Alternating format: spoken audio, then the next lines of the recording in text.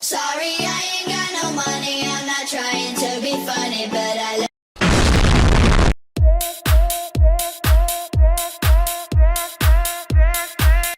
Nesse trabalho de hoje, eu vou falar sobre eutanásia. O que é eutanásia? Eutanásia é a escolha que uma pessoa faz quando ela está mal ou ela está doente e sabe que essa doença não tem cura. Ela mesmo resolve tirar sua própria vida. E isso no Brasil é considerado um crime de homicídio. E a eutanásia ela pode ocorrer por vários motivos. Um desses motivos é a vontade do doente querer se matar. Porque ele diz que representa uma ameaça para a sociedade. O nome disso é eutanásia eugênica. E como eu disse que o Brasil que isso é considerado um crime, tem países como a Holanda e a Bélgica que a eutanásia é considerada uma prática legal. E alguns defensores da eutanásia dizem que cada pessoa tem o direito de escolher viver com dignidade, desde que ela tenha consciência de que o estado dela é grave, desde que ela tenha consciência de que o estado é grave não compensa viver no sofrimento. E dizem que só Deus tem o direito de dar ou tirar a vida. E que um médico não deve interferir na decisão da pessoa. Quando a eutanásia ela teve início na época do regime militar. E teve uma nova lei que foi criada para médicos e parteiras, que quando crianças nascerem com deficiência física ou mental, teria que ser morta com método de eutanásia, ou seja, morrendo com uma injeção letal. Bom, galera, é isso. Espero que tenham gostado e aprendido muito. Valeu, até a próxima. You're not around. A palavra eutanásia significa boa morte, ou morte sem dor. Na eutanásia não ocorre de forma natural a morte.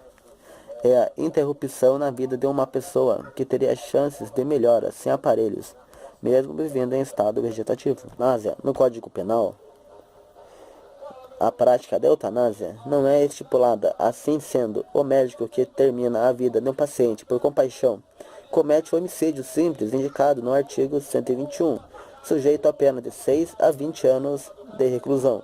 Isso porque o direito à vida é um direito considerado inviolável pela Constituição Federal. A partir disso, este é um tema bastante de alta complexidade, que tem sido abordado pela comissão de juristas que trabalham o novo Código Penal. A respeito da eutanásia, existem algumas áreas cinzas no estado de São Paulo. Por exemplo, a Lei 10.241 de 1999 confere o direito ao usuário de um serviço de saúde de rejeitar um tratamento que seja doloroso, que sirva para o prolongamento da sua vida. And now we're flying through the stars. I hope this night will last forever.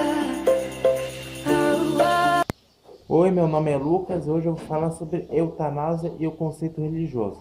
Começa assim. Então, a vida é um dom de Deus e deve ser respeitada. Então, tem que ser respeitada o dom de Deus, né? Que é a vida. A lei fala que a eutanásia só pode ser permitida por uma comissão com uma jurista, um especialista em ética e um médico. Então, só é permitida com uma jurista, um especialista em ética e um médico, né? E nós temos um mandamento que é não matar. Então, nós não podemos matar um ao outro. Não podemos matar o nosso próximo. Não podemos matar ninguém.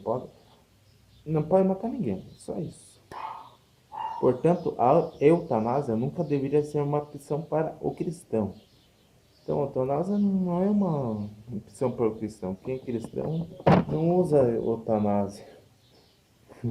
Daí não usa eutanásia. Então, só quem é cristão é que não usa. E eu creio que todos nós devemos estar orando e pedindo a Deus que nos livre de situações como estas, né? Porque a gente vai estar lá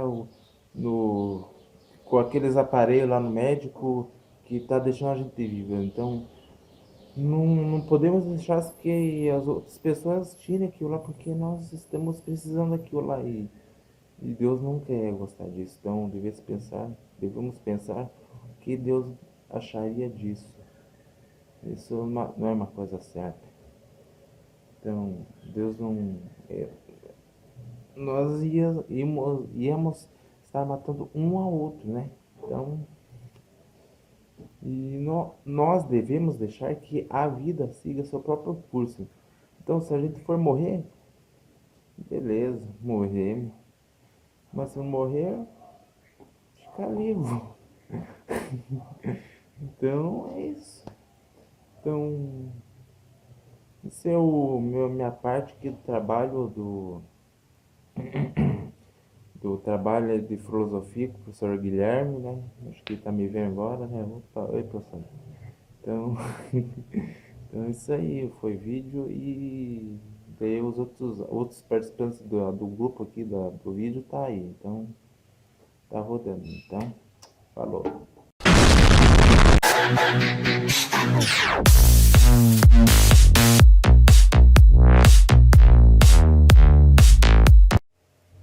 Então, a eutanásia ela é definida como a conduta pela qual se traz um paciente que está no estado terminal ou portador de enfermidade incurável que esteja em sofrimento constante, com uma morte rápida e uma morte sem dor. E no Brasil, a eutanásia é prevista em lei como crime de homicídio. E entre essas formas de prática existe a diferenciação entre duas eutanásias, que é a eutanásia ativa e a eutanásia passiva. Na eutanásia ativa é quando há assistência ou até mesmo a participação de terceiros, ou seja, quando uma pessoa ela mata intencionalmente o enfermo por meio de artifício que força a cessar das atividades vitais do paciente, ou por meio de talvez o desligamento dos aparelhos, ou até mesmo por injeção ou por remédios. Essa é a ativa. E a passiva, ela é também conhecida como ortotanásia, que é morte correta. Orto vem de certo e thanatos vem de morte, na qual se consiste então em não realizar nenhum procedimento de ressurreição ou até mesmo procedimentos que tenham como fim único o prolongamento da vida do paciente, como talvez medicamentos voltados para a ressurreição do enfermo ou máquinas de suporte vital com a ventilação artificial, para que ele possa talvez ali respirar. E na literatura que trata desse tema é ainda escassa no Brasil, uma vez que o tema é tabu e geralmente associado ao suicídio assistido. No entanto, aqueles que advogam a favor de boa morte, como é referida por estes, a diferenciação do suicídio assistido com o argumento de que a ortotanásia ou eutanásia passiva nada mais é que permitir que o indivíduo em estado terminal, portador de doença incurável, que demonstre desejo, então, conscientemente, possa passar pela experiência da morte de forma digna e sem sofrimento desnecessário, sem a utilização de métodos invasivos para a prolongação da vida biológica e do sofrimento humano. E a eutanásia, em outros países, ela é um direito legalmente previsto. Por exemplo, na Holanda e na Bélgica, nos casos para os pacientes terminais ou portadores de doenças incuráveis que acarretam em sofrimento físico e emocional para o paciente e seus familiares.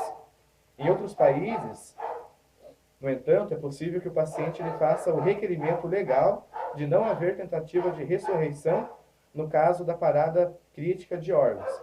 É importante também destacar que a eutanásia ela é um ato de vontade própria e individual do enfermo, quando em estado de plena consciência, que garante a esse escolha de cessar seu sofrimento em vida ou continuar lutando mesmo daquela maneira. Este é o principal ponto de discussão sobre os direitos de escolha individual à vida, que é a liberdade do sujeito que sofre em determinar se a sua vivência é justificada pelas suas crenças, vontade individual ou por simples compaixão por aqueles que seriam atingidos pela sua morte. Na questão do Brasil também, a eutanásia é um crime previsto em lei, como assassinato. No entanto, existe ali atentamente que é verificado no caso do ato de ter sido realizado a pedido da vítima e tendo em vista o alívio de um sofrimento latente e inevitável, que reduz a pena para a reclusão de 3 e até 6 anos. Interessante também que os debates sobre esse assunto são geralmente encabeçados por membros de organizações religiosas também, até mesmo que nem o Lucas já falou no vídeo dele, que argumentam que a vida ela é sim uma dádiva divina, sobre a qual nenhum ser humano tem o direito ou até mesmo o poder de que as enfermidades de voluntariamente cessar ela.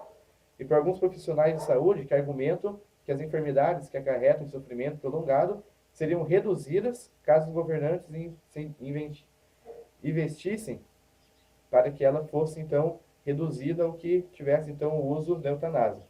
E aqueles que lutam pela sua legalização se pautam no direito de escolha individual, independente da crença religiosa, no que diz a respeito à sua própria vida, tendo sempre em vista a dignidade humana e o direito de acabar com o sofrimento quando existe ou não outra alternativa para o paciente.